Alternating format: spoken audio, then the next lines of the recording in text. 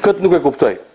Ka mundësi që të na zërë dënimi i Allahut edhe neve të mirëve për shkak mëkateve të tjerëve. Bile kam lexuar dikund, kjo sepse nuk i kemi bë davet ata të këqinjt, prandaj tash e shohim dënimin së bashku me ta.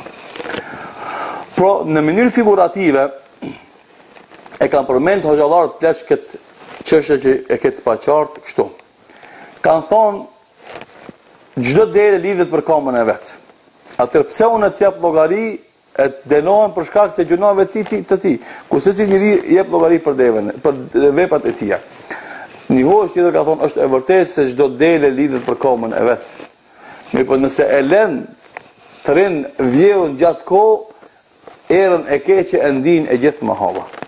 Pra mëkatet që i bëjnë tjerët dhe të ri indiferent ndaj tyre, nuk i projekt aksioni për ta larguar të keqe apo për ta paksuar atë, atëra ajo do të dominon, do të ndikohesh edhe ti me te. Do të ndikohet familja jote, fëmijët e tu. Dhe për këtë shkak dënimi ku do të vjen me shumicën e rastet. Nëse shumica janë të prishur, ndeshkohesh, domthonë digjet edhe i njomi, sikur që ka ardhur nga fjala në urtë popullit, për skejt thati digjet edhe i njomi. Andaj, nëse më një vend ka shumë krande të thata, njomat me automatizëm digjen dhe thanë. Dhe kundërta, nëse në një vend ka pak krande të thata dhe ka shumë të njoma, nuk mund të vëzë zarm. Dhe kjo është do të logjik që jeta jonë vazhdimisht mbi këto parime ndërtohet edhe zhvillohet. Dhe kështu që nuk ka hapësirë për mos kuptim. Plus kësaj, argumenti e fetar e potencon këtë rregull të logjikshëm. Kur thot pejgamberi sallallahu alaihi wasallam, "Wailun lil arabi min sharrin qad iktarab", vaj për arabët nga sherri që është afruar. Tha Aisha radhiyallahu anha, "Ya Rasulullah, an nuhliku wa fina salihun", a do shkatrohemi edhe pse në mesin ton ka burra të mirë?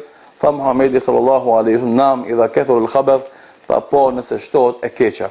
Pra nëse dominon e keqja, atër i miri nuk ka vlerë, i miri nuk ka pushtet, i miri nuk ka ndikim, i miri nuk mund të bëhet pengesë për ndëshkimin e përgjithshëm. Se ata kanë me çujetën, ata kanë me dominu. Dhe për këtë shkak mbetet detyrë dhe obligim i secilit të mirë të jetë aktiv, jo pasiv. Se ania kur të fillon të zhytet dhe fundoset, i merr me veti ata që kanë qenë fajtor dhe ata që s'kan qenë fajtor. Andaj mundohu të pengojsh njerëzit nga dëntimi i anijes, që të mbrohesh ti edhe ata.